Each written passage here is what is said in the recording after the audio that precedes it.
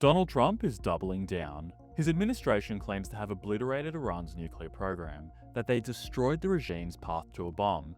Not only have we dealt decisively with the critical threat of Iran's nuclear program, but we've also reasserted the credibility of American deterrence, which is like no other. They released this footage of one of their so-called bunker buster bombs in action, as a demonstration of how they wiped out key nuclear sites. But then, US military intelligence dropped a bombshell. The U.S. military strikes on 3 of Iran's nuclear facilities last weekend did not destroy the core components of the country's nuclear program and likely only set it back a few months. So it's important to stress that this report is coming from the Trump administration. You've heard it characterized in recent days as being an attempt to undermine the president.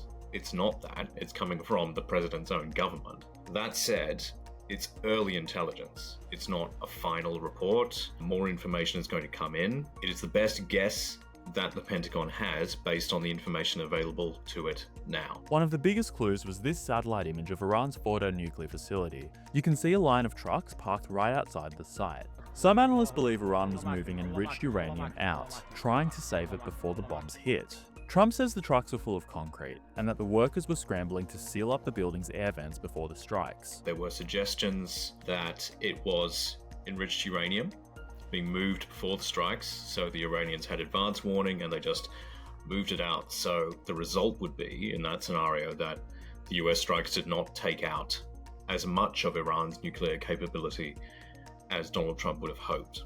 We've since heard from Donald Trump that those trucks were not shifting uranium, that they were bringing concrete to fill in part of the facility, that sort of thing.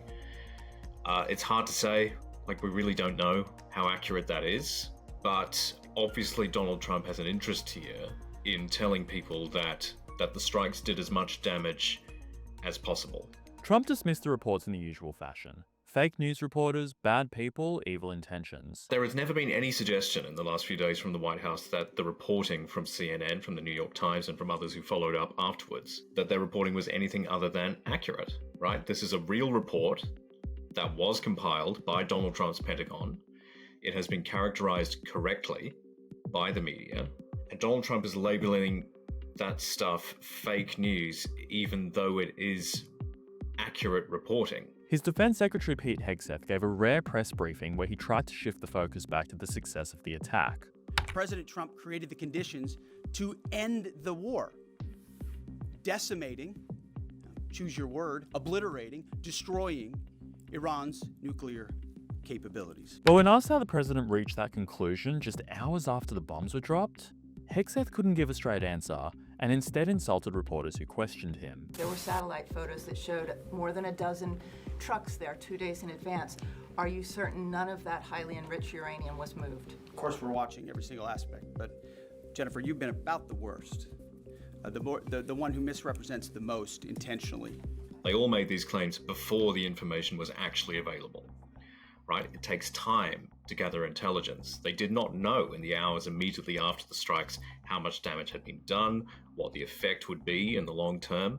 They didn't know these things, but they made the claims anyway. The fundamental problem here for Donald Trump and his top officials is that they did not wait to actually know whether or not they had taken out Iran's nuclear operation before they claimed to have done so. We've got all this outrage in the days since from them saying the media is undermining not only them, but also the efforts of American service people. The media is just reporting what the Pentagon is saying. The problem here is that the president and the people immediately around him were making claims that were not backed up by anything. They didn't know one way or the other, but they wanted to be triumphalists. They wanted to grandstand.